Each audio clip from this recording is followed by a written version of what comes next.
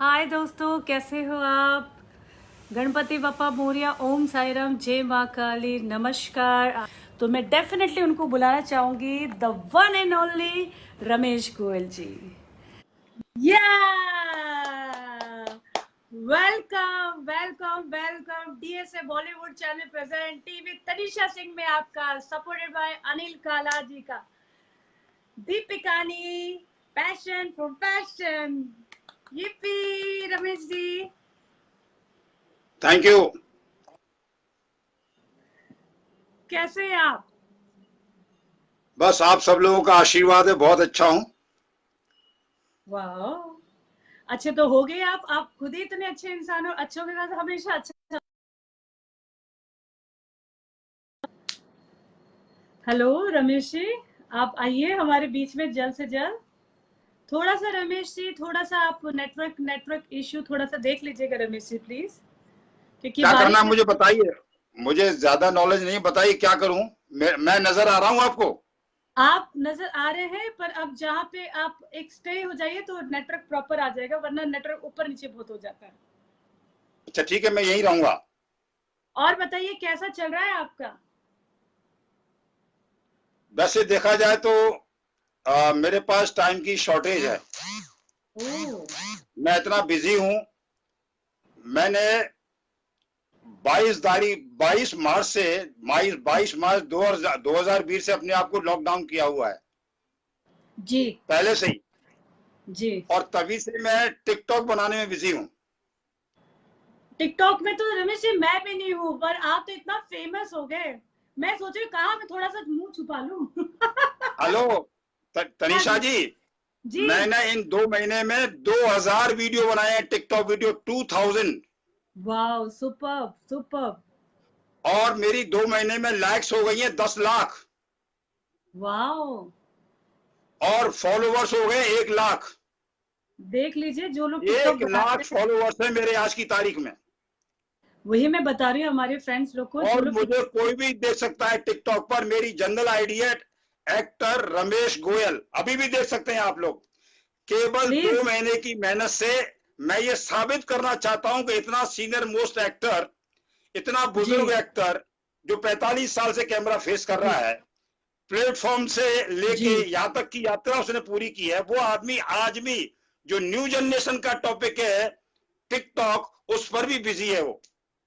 जी। और उसने इस कोरोना, इस लॉकडाउन टाइम में 2000 वीडियो बनाए, जो रिकॉर्ड है मुझे नहीं मालूम। आप टिकटॉक पर जाइए, एक्टर रमेश गोयल सर्च कीजिए तो आपको पूरा डिटेल मिल जाएगा।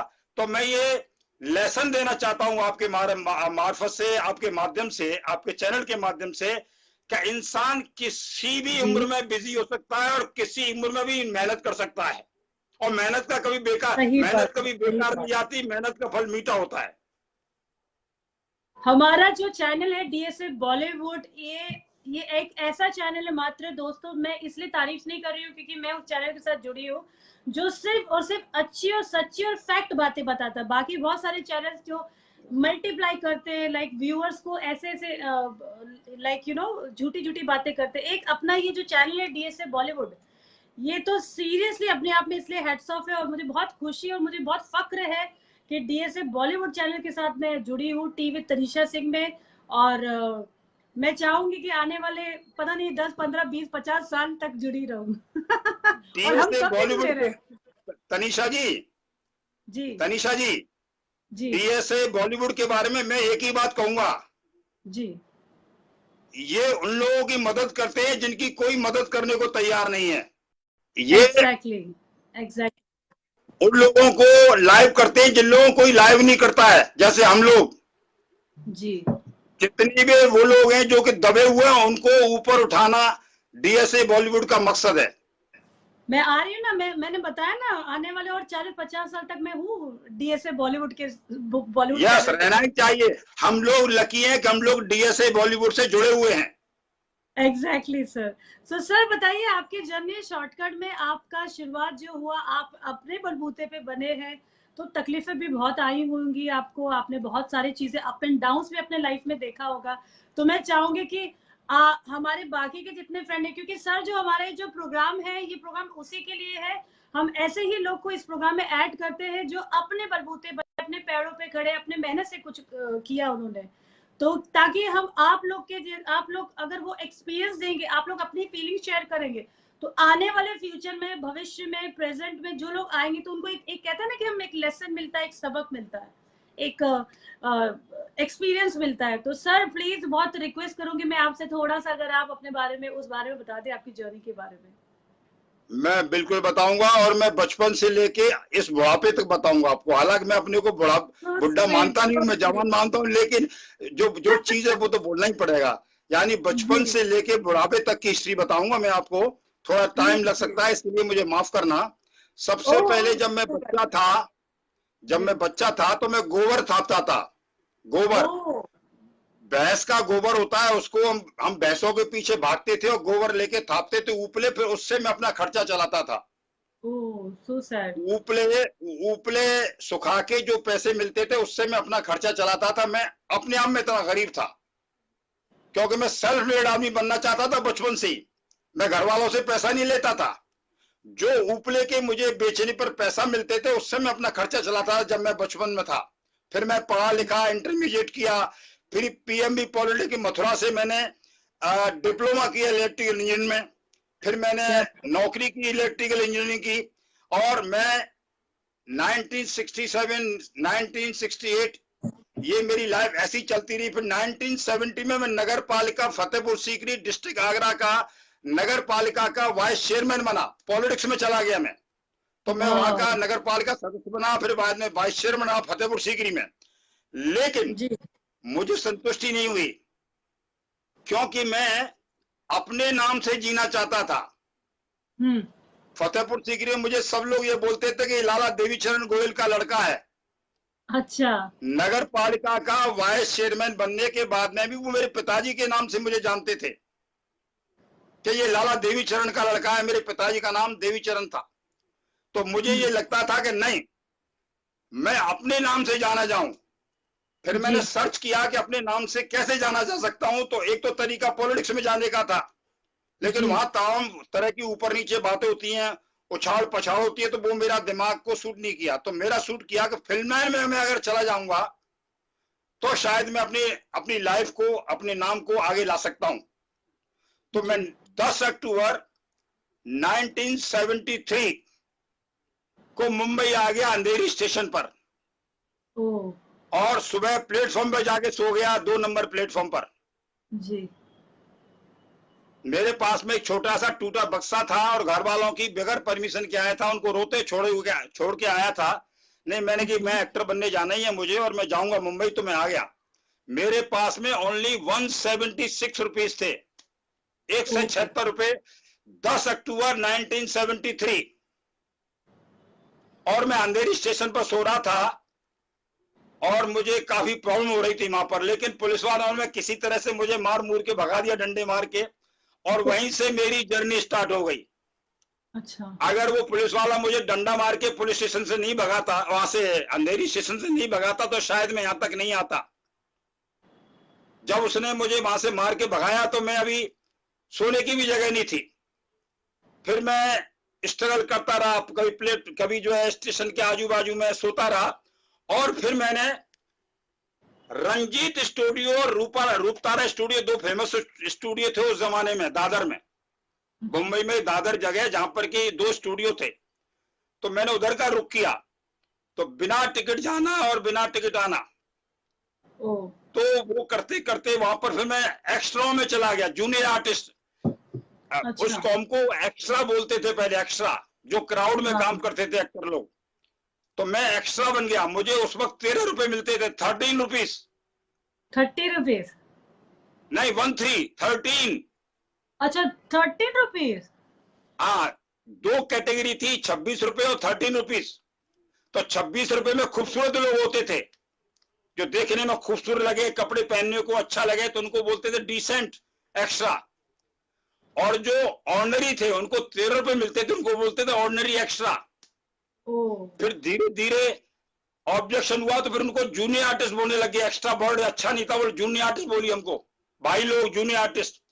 तो ये मैंने कई साल तक काम किया।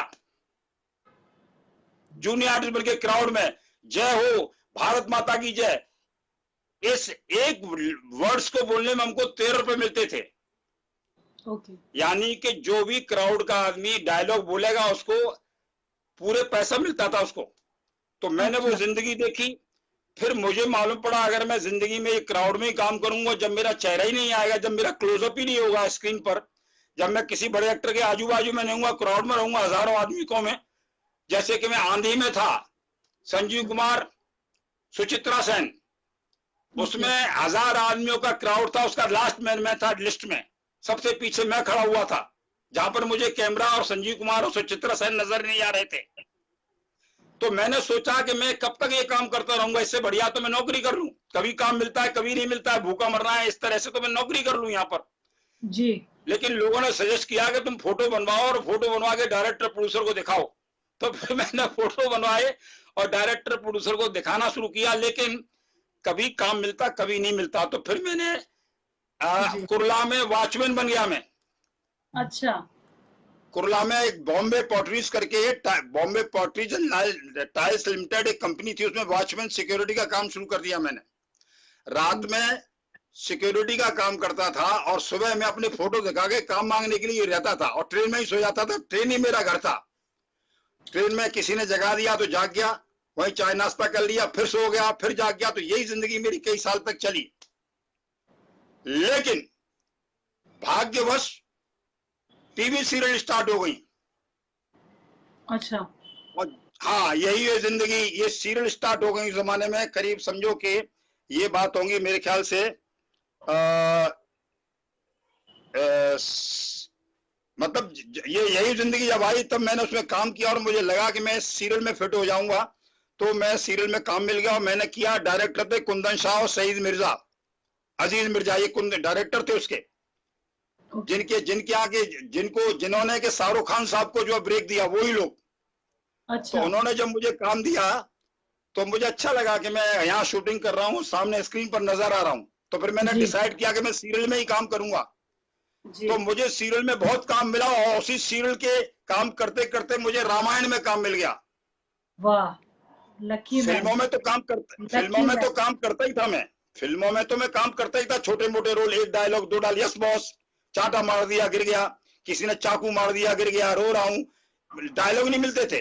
कभी कभी कोई yes boss, yes sir, Ram Singh तुम क्या कर रहे हो, इस तरह के डायलॉग जो है मिलते थे तो मैं वो करता था। लेकिन इसी बीच में मुझे रामायण सीरियल मिल गई, मामा मारीच का रोल, जो बहुत इंपॉर्टेंट रोल था।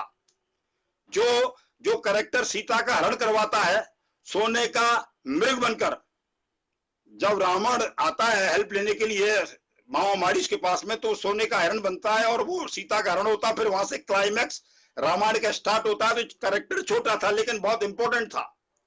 उसकी वजह से मेरा थोड़ा नाम हुआ और मुझे काम मिलने लग गया।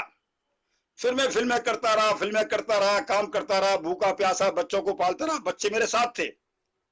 मैं फिर बच्चों को बुलवा लिया, झोपड़े में रहता था, बहुत तकलीफ होती थी। कभी दूध नहीं है, कभी चप्पल नहीं है, कभी मेरे कपड़े नहीं है, बहुत सी प्रॉब्लम्स लाइफ में जो होती हैं एक आदमी की लाइफ में, जिस पर काम ना हो और बच्चे साथ में हो। तो वो करते करते फिर मुझे एक फिल्म मिल गई, सरफरोश, आमिर खान साहब की picture, director producer John Matthew.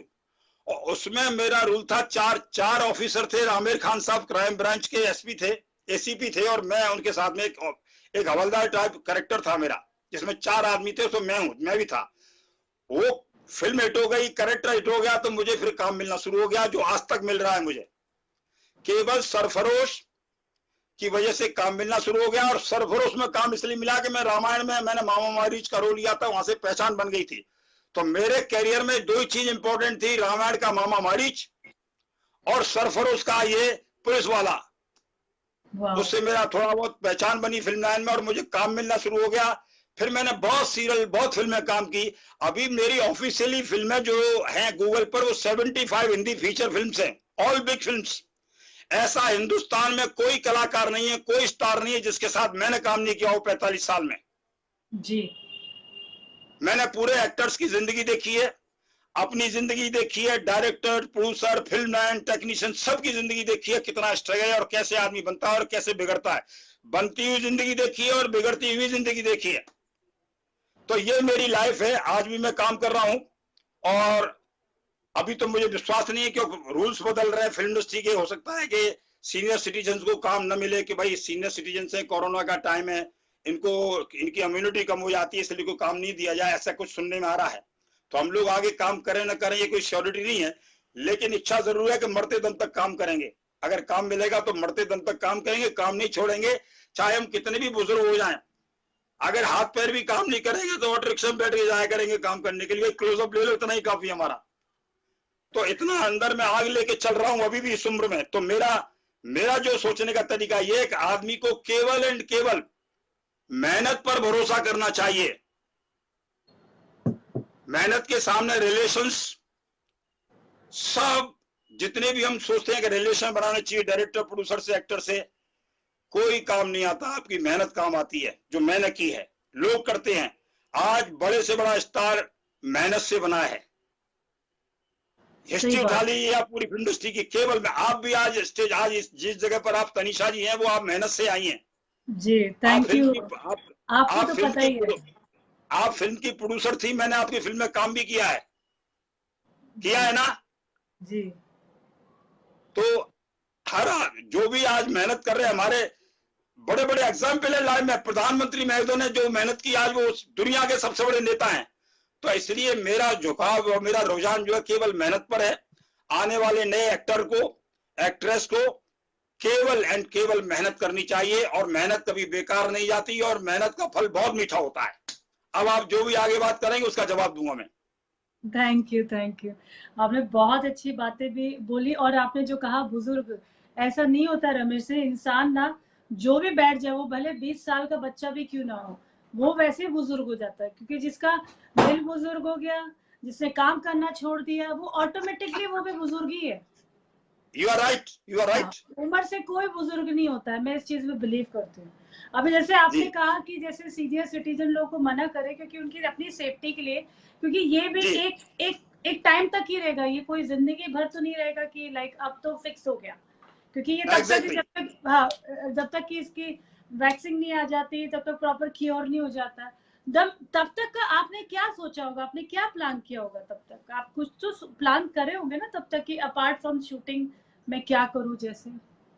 देखिए, उसकी मेरी एक थ्योरी है जी। जब ये टीवी सीरियल स्टार्ट हुई थी तो लोग हमारी मजाक उड़ाते थे कि इतना सीनियर एक्टर जो है सीरियल में घुस गया है, क्या फायदा सीरियल में काम करने। इस सब बड़े बड़े हीरो यही बोलते थे कि सीरियल में वो लोग काम करते हैं जो रिजेक्टेड होते हैं, जिन पर एक्टिंग नहीं आती।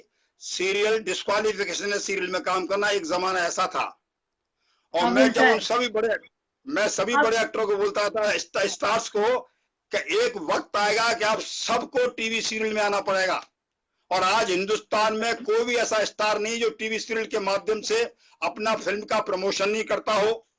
टीवी सीरियल में काम कर रहा होगा, किसी प्रोग्राम में आता होगा, लेकिन टीवी सीरियल के बगैर कोई भी चीज जो है पॉसिबल नहीं है। पर अभी इससे पहले रमेश जी, आपके बहुत सारे दोस्त, चाहने वाले, आपके फ्रेंड्स, एक बार वो भी चाहेंगे कि आप उनको भी, सबको, बहुत लिस्ट तो बहुत लंबी है, अभी मुझे भी नहीं समझ में आ रहा मैं शुरुआत कहाँ से करूं। आपको बहुत तनीषा जी, एक बात रहेगी जो मैं कहना चाह रहा हूँ, जो आपने पूछा आपका आगे का प्रोग्राम क्या है, तो मैं बताना चाह रहा हूँ। इसी तरह से मैं अभी सब लोगों को बोल रहा हूँ, ये मेरा अनुभव है, ये मेरी दूरदृष्टि समझिए, कि बड़ी से बड़ी फिल्म जो है वो डिजिटल मीडिया में आ जाएगी। आ चुकी है, ऑलमोस्ट आ चुकी है। जो आदमी नेट पर काम करेगा, डिजिटल मीडिया में काम करेगा, वो ही खुश रहेगा, सुखी रहेगा। सही बात। आज भी लोग ये सोच रहे हैं कि नहीं हम नहीं काम करेंगे, वो सब पछताएंगे। तो मेरा विजन ये है कि आदमी को डिजिटल मीडिया को बहुत जल्दी अपनाना चाहिए। इसीलिए मैंने टिकटॉक के माध्यम से ये कैमरा पकड़ लिया है। क्यों? कैमरा एक ही है, चाहे वो बड़ी से बड़ी फिल्म का कैमरा है या ये इस मोबाइल का कैमरा एक ही है, इसकी भाषा एक ही है। तो इसलिए मेरा फ्यूचर ये है कि अगर मुझ पर कोई भी काम नहीं होगा तो जब टिकटॉक बंद हो जाएगा मान लो, तो कोई दूसरी चीज चालू होगी, इंडियन टिकटॉक चालू होगा, उसमें घुस जाएंगे हम, लाइकी चालू होगी, और तमाम, मतलब हमको मोबाइल पर काम करते रहना है मरते दम तक। ये मेरा फ्यूचर का प्लानिंग है। तो आपने सिंगिंग भी सीखी होगी फिर आपने तो सिंगिंग भी कर लिया होगा, सीख लिया होगा टिकटॉक में काम करते करते। सिंगिंग वगैरह में थोड़ा बहुत करता था, लेकिन क्या है कि आवाज इस तरह की अच्छी नहीं है मेरी तो मैं सिंगिंग में ज्यादा इंटरेस्टेड नहीं रहा, लेकिन मैं कर सकता हूँ थोड़ी बहुत तो। लेकिन चूंकि मेरा विषय एक है, सादे सब सादे है और सब सादे सब सादे। अभी तो यूट्यूब पे भी बहुत सारी चीजें बन रही हैं, जैसे आप टिकटॉक कह रहे हैं, तो अभी बहुत सारी चीजें यूट्यूब पे भी आ गई है, बहुत लोग अभी यूट्यूबर हो गए। वही तो कह रहा हूँ, डिजिटल मीडिया पर है ना, यूट्यूब पे चले जाएंगे हम, फेसबुक पे चले जाएंगे, इंस्टाग्राम पे चले जाएंगे, कहीं ना कहीं हमारा जो है कैमरा चलता रहेगा, घर बैठने वाले नहीं है। एक एक्टर को एक्टिव रहना चाहिए बस।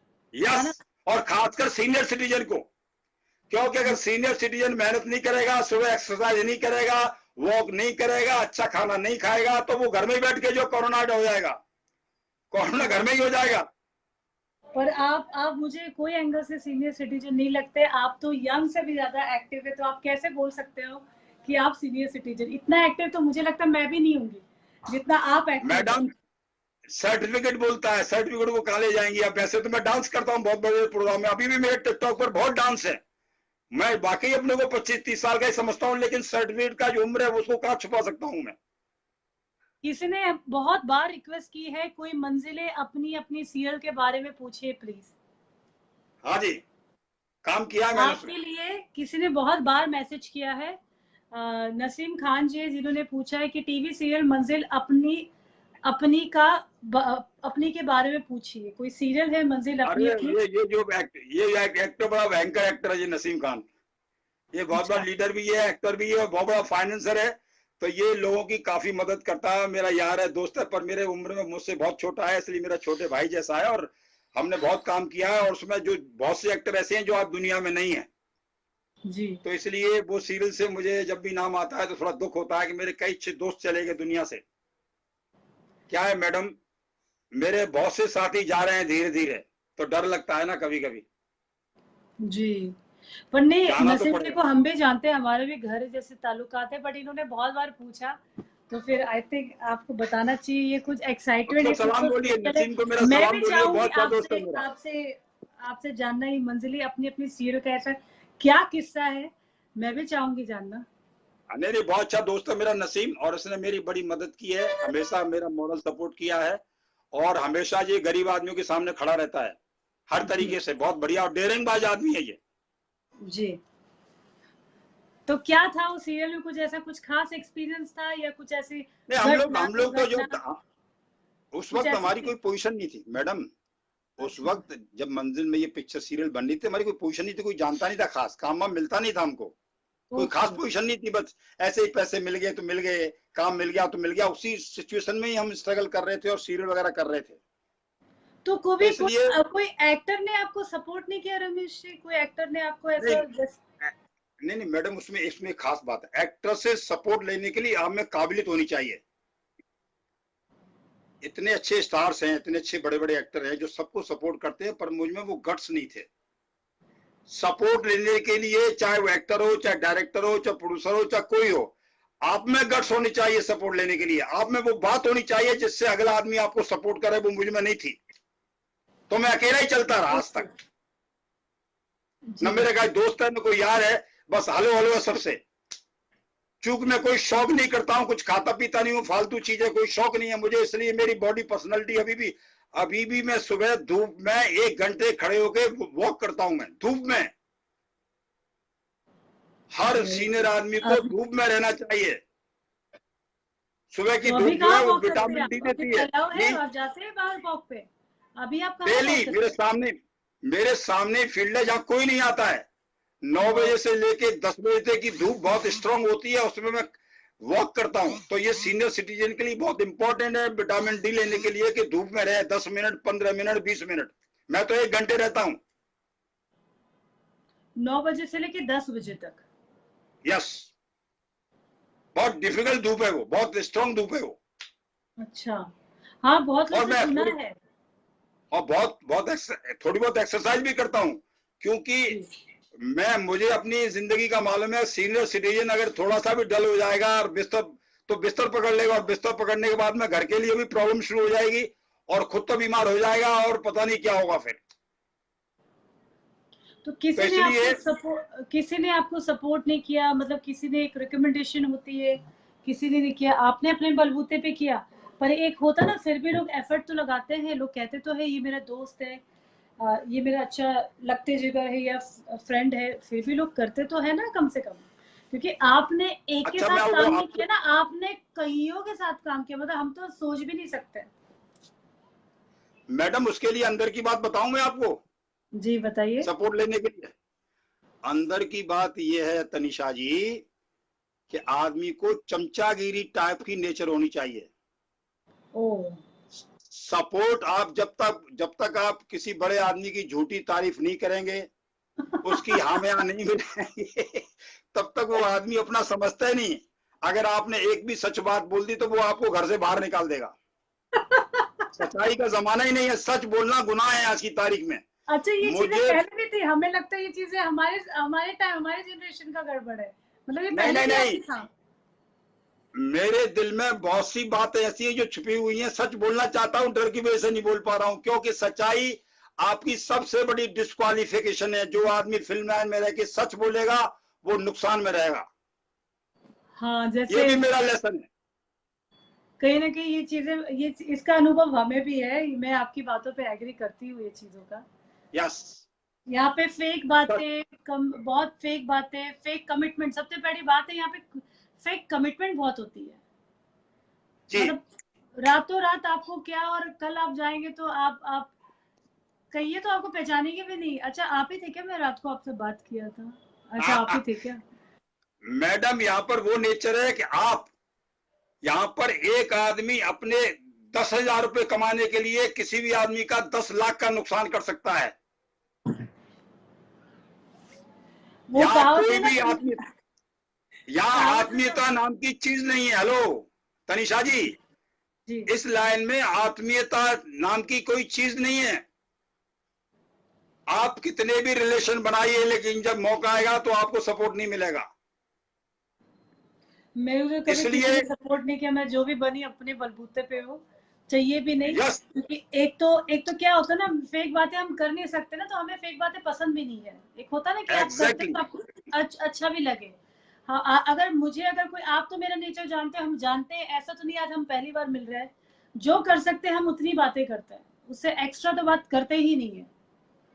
तो अभी आपने जैसे बताया था, आपने यहाँ पर सिंगिंग नहीं तरक्की सीखा के लिए, था।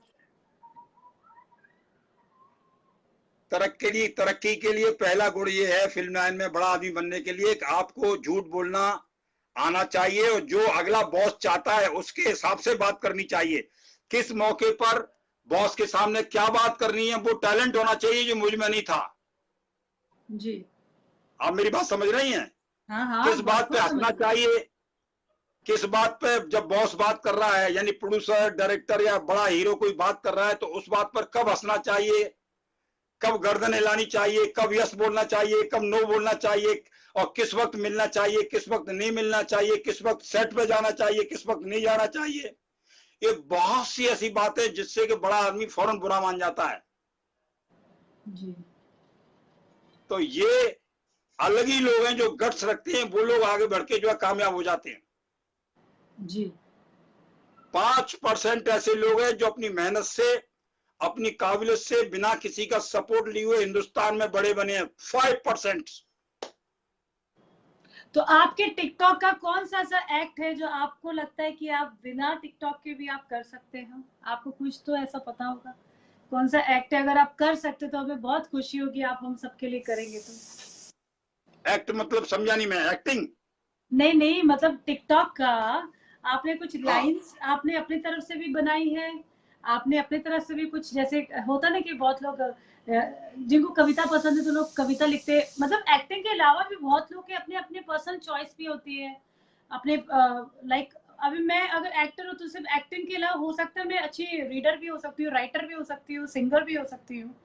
तो आपका एक्टिंग के अलावा आपका ऐसा क्या ऐसा रहा है जो छुपा हुआ राज जो किसी को पता ना हो। असलियत है कि एक्टिंग के अलावा मैडम में कुछ जानते ही नहीं हूँ।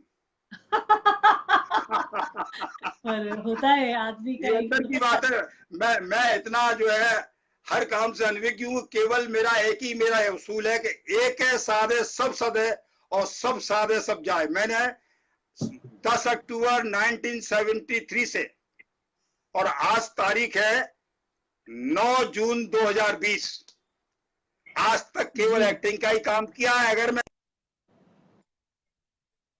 तो वो एक्टर बनने के लिए किया है। मकसद मेरा एक्टर बनना था, चाहे मैं वॉचमैन रहा, चाहे मैंने बल्ब बेचे, चाहे मैं प्लेटफॉर्म पर सोया, चाहे मैं भूखा मरा, मेरे बच्चे भूखे मरे, मेरी वाइफ ने तपस्या की मेरे लिए, तमाम दुख भोगे, मेरे बच्चे ने जो है क्या क्या तकलीफ, सब कुछ जो भी किया वो एक्टर बनने के लिए किया।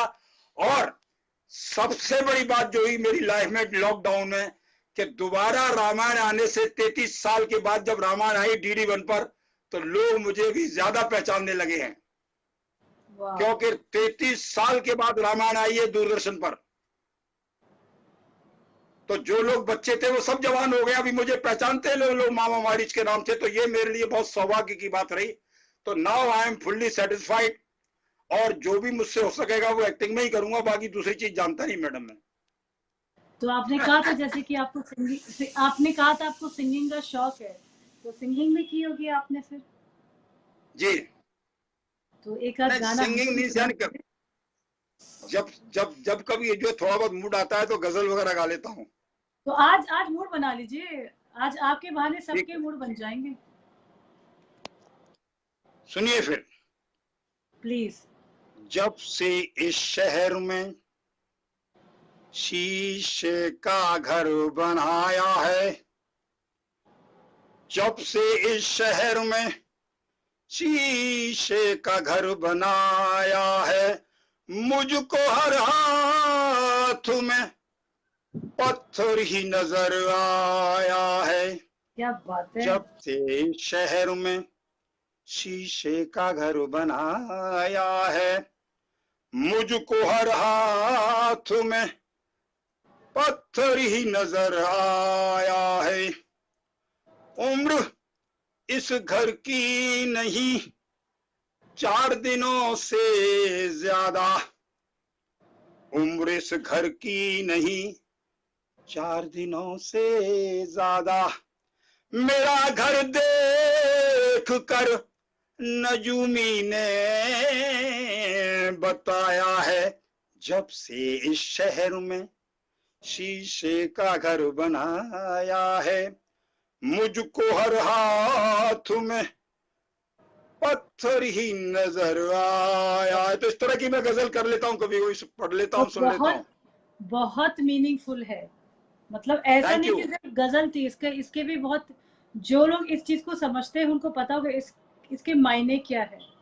बहुत एक गजल और गाऊंगा मैं चांद के ऊपर, जो क्या हमारे दुखों का, जो हम सब बोलते हम बड़े दुखी हैं यार, तो दुखी तो भगवान भी थे जी। तो गजल में शायर बोलता है जी, चांद भी छुप के अकेले में तो रोया होगा, चांद भी छुप के अकेले में तो रोया होगा, अपने चेहरे पे लगा दाग जो देखा होगा। यानी चंद्रमा में भी दाग लगा हुआ है, वो भी कभी कभी रोते हैं छुपके। तो इसलिए हमको ऐसा महसूस नहीं करना चाहिए हम दुखी हैं। दुखी दुनिया में सब हैं जी। और इस दुख में ही सुख को ढूंढना है। जो आदमी दुख में सुख ढूंढना लग जाएगा वो आदमी हमेशा सुखी रहेगा, जैसे मैं हूं। मैंने देखा लॉकडाउन हो गया है, काम नहीं है, तो आपको नई चीज सीखनी चाहिए। तो मैंने टिकटॉक सीख लिया तो मेरा समय निकल जाता है। ऐसे ही हर आदमी को अपने शौक के मुताबिक ऐसे काम करने चाहिए जिससे उनका समय निकले। समय निकालना ही सबसे बड़ी काबिलियत है आज की तारीख में जी। क्योंकि ऐसे माहौल में मैडम डिप्रेशन, टेंशन, फ्रस्ट्रेशन होना बहुत इजी है। काफी लोग सुसाइड भी कर लेते हैं, और कोई भी डॉक्टर आपको अटेंड नहीं करेगा अगर बीमार हो गए तो। आज की तारीख में कोई डॉक्टर अवेलेबल नहीं है। इसलिए हम बच्चे से लेके जवान तक हमारी ड्यूटी बनती है कि हम टेंशन, फ्रस्ट्रेशन और डिप्रेशन में ना आए। तो इसलिए तरह तरह की बातें सीखें और करें, ये मेरी तरफ से मैसेज है। सर मैं जाते जाते आपको बोलना चाहूंगी, बहुत सारे हमारे फ्रेंड्स जो यहाँ पे आए आपके लिए, आप हम सबका मैसेज तो नहीं पढ़ पाए क्योंकि आपके एक्सपीरियंस इतने अच्छे थे, आपके बातें इतनी अच्छी थी कि आप में हम इतना खो गए कि हम लोगों को नहीं देख पाए। अब हम सबका इंडिविजुअल नाम तो यहाँ पे नहीं ले सकते क्योंकि लिस्ट बहुत लंबी है। तो जाते आते आप सबको एक प्यार भरा मैसेज दे दीजिए तो सबको खुशी होगी, जिन्होंने अपना इतना कीमती वक्त निकाला और हमें इस सेशन में हमें ज्वाइन किया। सबसे पहले मैं डीएसए बॉलीवुड का शुक्रगुजार हूं, जिन्होंने तनीषा सिंह जैसी स्टार से मेरी मुलाकात फेसबुक लाइव कराई। और जो फेसबुक पर लाइव आए हैं मेरे साथी, मेरे दोस्त, मेरे बुजुर्ग, मेरे बच्चे, मेरी माताएं बहनें, उन सब के लिए बहुत बहुत धन्यवाद। और आगे आप सुखी रहें, सुरक्षित रहें और तंदुरुस्त रहें, ये मैं मनोकामनाएं करते हुए एक बात और बोलना चाहता हूं कि आप लॉकडाउन को जिंदगी में आदत बना लीजिए। सरकार ने लॉकडाउन बंद किया है पर आपका लॉकडाउन कभी बंद नहीं होगा जी। ये मेरी अपनी दूरदर्शिता है, ये मेरा अपना विचार है कि ये लॉकडाउन सालों चलेगा जी। ये महामारी है, इसलिए जो भी आदमी इसको आदत बना लेगा 6 फीट डिस्टेंस, सोशल डिस्टेंस और मास्क मुंह पर ये आदत बना लेगा, वो आदमी ही कोरोना से पीड़ित नहीं होगा। नहीं तो ज्यादातर लोग कोरोना से पीड़ित हो जाएंगे। ये बीमारी ऐसे बन जाएगी जैसे कह रहे हैं जैसे कैंसर हो गया, कैंसर मर गया, वो डायबिटीज मर गया, वो ब्लड प्रेशर मर गया, वो जुकाम से मर गया। ऐसे ही कुछ महीनों के बाद में लोग बोलना शुरू कर देंगे वो यार कोरोना से मर गया। कोरोना से दूर रहने के लिए आदत बना लीजिए। तो इसलिए मैं सबसे प्रार्थना करता हूं कि सोशल डिस्टेंस और मास्क, ये दो चीज इंपॉर्टेंट है। और तीसरी चीज इंपॉर्टेंट है कि आप इम्यूनिटी बढ़ाने वाली चीजें खाइए। ऑल द बेस्ट, मेरी हार्दिक शुभकामनाएं आप सब लोगों के लिए। और हमेशा आप मुझे लाइव पर बुलाते रहिए और मैं लाइव पर आता रहूंगा, ऐसे उम्मीद करते हुए मैं अपना शुभकामनाएं दोबारा देता हूं। Thank you very much. नमस्कार। जय श्री राम। जय श्री राम। जय श्री राम। दोस्तों यहाँ थे हमारे रमेश गोयल जी, उन्होंने इतनी प्यारी प्यारी इतनी अच्छी बातें हमारे साथ शेयर की। आई होप आप लोग ने एंजॉय किया होगा और काफी चीजें उनसे सीखी भी होगी।